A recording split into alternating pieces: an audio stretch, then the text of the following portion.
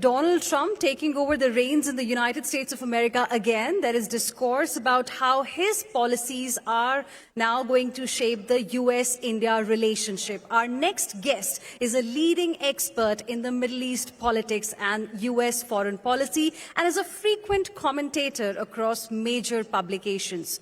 We are pleased to invite the Majid Kaduri Professor of International Affairs and Middle East Studies at the John Hopkins School of Advanced International Studies, Dr. Vali Nasr, to the stage in a fireside chat with the Managing Editor, Times Network, and Chief Business Officer, Times Influence, Mihir Bhatt. A round of applause, ladies and gentlemen.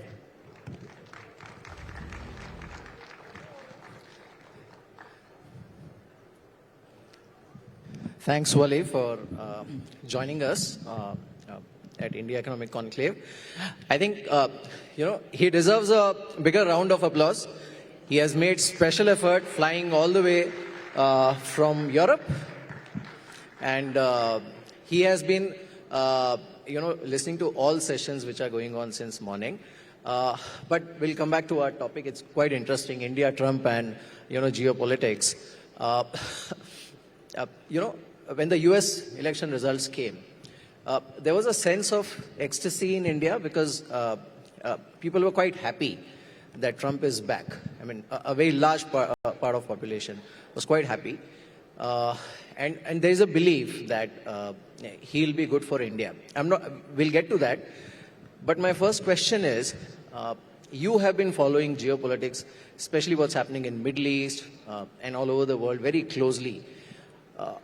How are you looking at the geopolitical world at this point in time? Well, first of all, thank you very much for inviting me to this conclave. It's really great being here.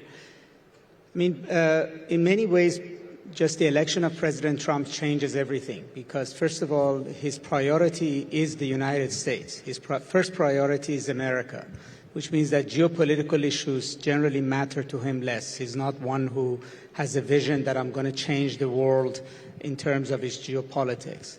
Secondly, his agenda internationally is really geoeconomics, which is to ensure America's primacy in global economic affairs, and that makes China first and then Europe his primary targets.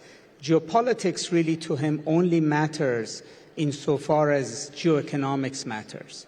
And I think his first instinct would be that geopolitical issues do not meddle with his geoeconomic issues. So the war in Ukraine or the conflict in the Middle East will only matter to him insofar as either they help his geoeconomic vision or he would want to stop them in order to prevent them from having an impact on geoeconomic issues. So everything the way we think about Ukraine or the way we think about the Middle East and where it's going has to be understood in terms of Trump's priorities.